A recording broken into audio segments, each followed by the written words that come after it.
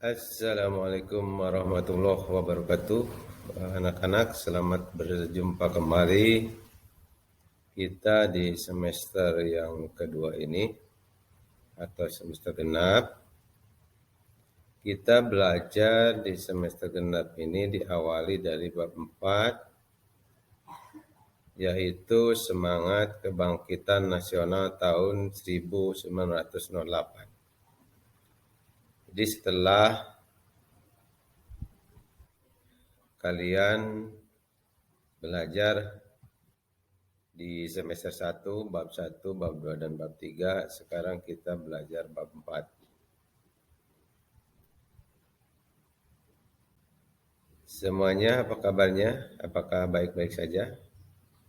Syukurlah kalau baik-baik saja. Sekarang kita lanjut. Kita masuk ke subbab yang ke-1 dari bab 4 itu atau bagian A, yaitu kondisi bangsa Indonesia sebelum tahun 1908. Awal dimulainya penjajahan Belanda di Indonesia dimulai sejak berdirinya sebuah lembaga institusi Belanda yang namanya VOC. Ya, kepanjangannya adalah Verenigd Oost-Indische Compagnie pada tanggal 20 Maret 1602. Jadi awalnya Belanda datang ke Indonesia itu tidak menunjukkan ciri-ciri atau tanda-tanda langsung menjadi penjajah. Dia seolah-olah datang hanya untuk berdagang saja dengan lembaganya yang namanya VOC. Akan tetapi pada perjalanan berikutnya, seperti kita ketahui bahwa Belanda memang niatnya sudah mau menjajah. Jadi pada akhirnya mereka menjajah bangsa kita, menerapkan kebijakan-kebijakan atau politik-politik yang sangat merugikan negara kita, bangsa kita. Di slide berikutnya, kita lihat politik yang diterapkan oleh bangsa Belanda yang sangat merugikan sekali bangsa kita, bangsa Indonesia. Ada 3 politik atau kebijakan dari pemerintah Belanda yang merugikan bangsa Indonesia, yaitu politik divide et impera, yang kedua kerja rodi, dan yang ketiga tanam paksa. Nah, inilah ketiga politik atau kebijakan bangsa Belanda yang membuat bangsa kita tersiksa dan merarat, berkorban harta benda, jiwa, dan bahkan nyawa. Banyak sekali yang menjadi korban kebiadaban dari penerapan politik 3 politik ini oleh bangsa penjajah, bangsa Belanda pada waktu itu. Selanjutnya kita bahas satu persatu. Yang pertama adalah politik divide et impera, atau artinya adalah politik adu domba. Politik adu domba yang diterapkan oleh Belanda yaitu saling mengadu domba antara kerajaan yang satu dan kerajaan yang lain, atau mengadu domba di dalam kerajaan itu sendiri. Politik adu domba makin melemahkan kerajaan-kerajaan di Indonesia dan merusak seluruh sendi kehidupan masyarakat. Bisa kita bayangkan bahwa pada waktu itu Belanda mengadu domba kerajaan-kerajaan yang ada di Indonesia, sehingga mereka bisa melanggengkan penjajahan yang begitu lama, sekitar 2,5 abad, 250 tahun. Mereka bisa menjajah bangsa kita karena persatuan dan kesatuan itu tidak akan terbangun dengan adanya politik adu domba ini.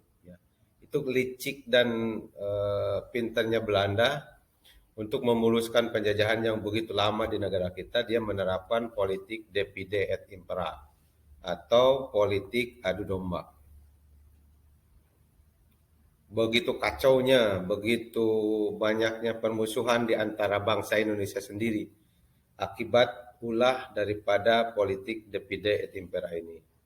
Bukan hanya harta, benda, dan kekayaan aja yang banyak terbuang sia-sia karena peperangan saudara ini. Bahkan nyawa dari bangsa kita banyak yang melayang. Nah, itu adalah penerapan politik yang pertama, kebijakan yang pertama dari bangsa Belanda, yaitu politik divide et impera. Selanjutnya adalah politik yang kedua, yaitu Belanda itu menerapkan kerja paksa. Bangsa Indonesia makin menderita ketika zaman Gubernur Denles berkuasa, yaitu pada tahun 1808 sampai 1811 berkuasa. Di zaman Denles ini, ya, upaya kerja paksa atau kerja rodi itu diterapkan. Misalnya ada satu proyek yang sangat ambisius pada waktu itu, yaitu membangun jalan dari barat Pulau Jawa sampai ke timur Pulau Jawa, yaitu dari Anyer, Panarukan. Dalam prosesnya pembangunan jalan ini menelan banyak sekali korban jiwa, karena mereka dipaksa untuk bekerja, tidak digaji, bahkan kebutuhan pokok makan dan minumnya saja terbengkalai. Ya, banyak yang sakit bahkan sampai meninggal dunia. Bahkan ada yang paling terkenal antara Jalan Anyer dan Panarukan itu adalah jalan yang namanya Cadas Pangeran yang ada di daerah Sumedang, Jawa Barat. Di situ, ya, dengan kontur jalannya batu, ya, karena sebuah gunung yang terbuat dari batu dipapas, ya, dengan peralatan yang seadanya. Pada waktu itu dibuatlah jalan sehingga menimbulkan banyak sekali korban jiwa, karena pada waktu itu tidak ada peralatan-peralatan yang canggih seperti sekarang, hanya peralatan-peralatan manual saja. Nah, itu gambaran bagaimana kerja paksa atau kerja rodi yang diterapkan oleh bangsa penjajah pada waktu itu membuat tersiksanya bangsa kita. Selanjutnya, yang ketiga, ya, adalah tanam paksa. Penderitaan berlanjut karena Belanda kemudian setelah menerapkan dua kebijakan atau politik yang tadi dijelaskan, kemudian mereka menerapkan politik yang ketiga, yaitu Kulturstelsel namanya, tanam paksa. Masyarakat bangsa Indonesia disuruh menanam suatu komoditas, ya, kemudian hasilnya diambil sama Belanda. Jadi betapa kejamnya mereka. Mereka hanya menyuruh kita menanam saja, tapi hasilnya tidak kita nikmati. Mereka sendiri yang mengambilnya. Nah, peraturan tanam paksa ini diterapkan oleh Gubernur Jenderal yang namanya, ya, Gubernur Jenderal Belanda, Hindia Belanda, yang namanya Van den Bosch, yaitu pada tahun 1828.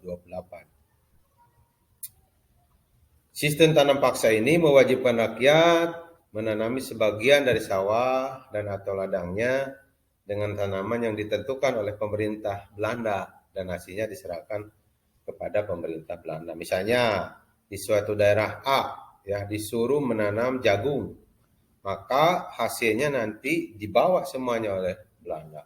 Di daerah B disuruh untuk menanam padi misalnya, hasilnya nanti dibawa semua oleh Belanda. Di daerah C disuruh menanam sayur-sayuran, nanti hasilnya dibawa semuanya oleh Belanda. Nah, ini juga sangat menyengsarakan sekali, karena bagaimana bangsa kita, bangsa Indonesia, bisa memenuhi untuk kebutuhan makannya, sementara ladangnya disuruh ditanami tetapi hasilnya dibawa oleh bangsa Belanda. Jadi banyak sekali yang kelaparan, kekurangan gizi, dan lain-lain. Jadi dari ketiga politik ini, ketiga kebijakan Belanda ini sangat menyengsarakan sekali bangsa kita, bangsa Indonesia.